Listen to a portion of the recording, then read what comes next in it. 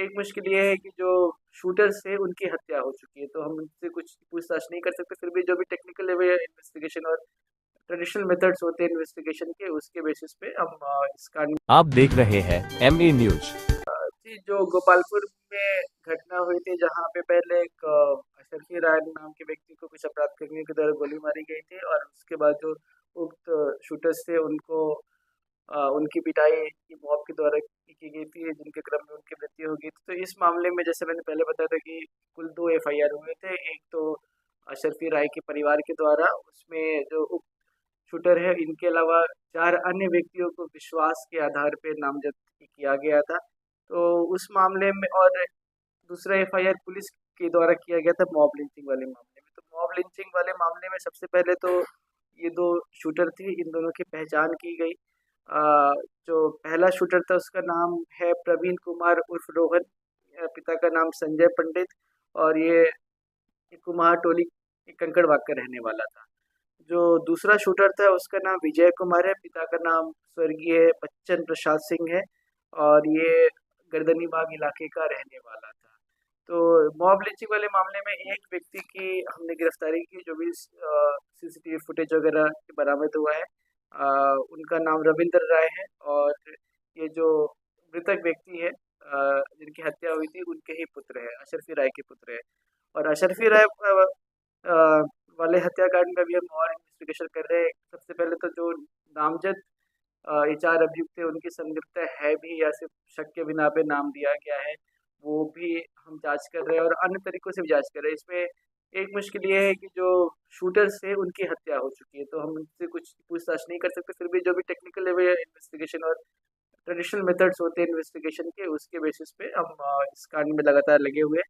अन्य कुछ भी सफलता प्राप्त हो रही है या फिर और कुछ उद्घाटन होता है तो आपको इन्फॉर्म किया जाएगा। से लेकर के जी, प्रतीत तो ऐसा ही होता है प्राइमा फेसी के, परंतु अभी तक बहुत ज़्यादा स्पष्ट नहीं है कि इनकी हत्या किस कारण से हुई। परिवार का बोलना है कि ज़मीन के विवाद के कारण हुई है, परंतु जब तक पुलिस को स्पष्ट एविडेंस नहीं मिल जाए, क्लू नहीं मिल जाए, हम इस पे कमेंट नहीं कर पाएंगे। नागेश सम्राट का कोई एक समाज को लगा नहीं है। जी। नागेश सम्राट और उनके बेटी का बात हो जी, इसमें 4 व्यक्तियों को परिवार के द्वारा नामज़द किया गया है। उनका क्या रिलेशन है वो एफआईआर में तो बताया नहीं गया, हम उस पे इन्वेस्टिगेशन कर रहे हैं, परंतु सिर्फ नामज़द करने के अलावा हमें वो लिंक चाहिए कि आखिर ये कैसे प्लान किया गया, क्यों प्लान किया गया, उस बारे में इन्वेस्टिगेशन चल रहा है। बहुत जल्दी इस पे आपको अपडेट किया जाएगा। का अपराधी दोनों ही शूटर का आपराधिक इतिहास तो पता नहीं चल पाया है अभी तक, जो भी हमने रिकॉर्ड्स खंगाले हैं, परंतु हम और इसमें ये पता कर रहे हैं। क्या शूटरों के पास कोई मोबाइल बरामद हुआ? शूटर के पास से कोई मोबाइल उसमें बरामद नहीं हुआ था, मोबाइल लेकर नहीं चल रहे थे, उनके पास से हथियार बरामद हुए थे।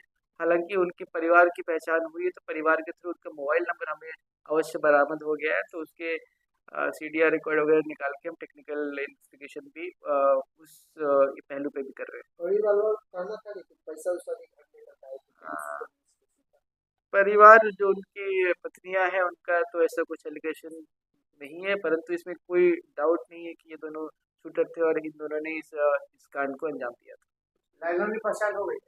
सॉरी। लाइनों नहीं, इसमें जो अपराधकर्मी जो वहाँ स्पॉट पे थे, इन दोनों के अलावा और किसी की पहचान भी नहीं हुई है, और किसी के होने की सूचना भी किसी के द्वारा प्रदान नहीं की गई है। ना ही कोई सीसीटीवी कैमरा में अब तक हमें ऐसा कुछ मिला है, परंतु हम देख रहे हैं। अभी तक के अनुसंधान में हत्या का कारण क्या? अ, अभी तक के अनुसंधान में परिवार के हिसाब से तो ये लैंड डिस्प्यूट में ही हत्या हुई है। कोर्ट में कोई केस चल रहा था जिसकी सूचना पुलिस को नहीं दी गई थी, ये मामला पुलिस में नहीं था, जो भी ये डिस्प्यूट है, परंतु हर एंगल से हम जांच कर रहे हैं। जब तक कुछ स्पष्ट निकल के नहीं आता है, हम इस पे हमारे द्वारा इस पे कमेंट करना उचित नहीं होगा।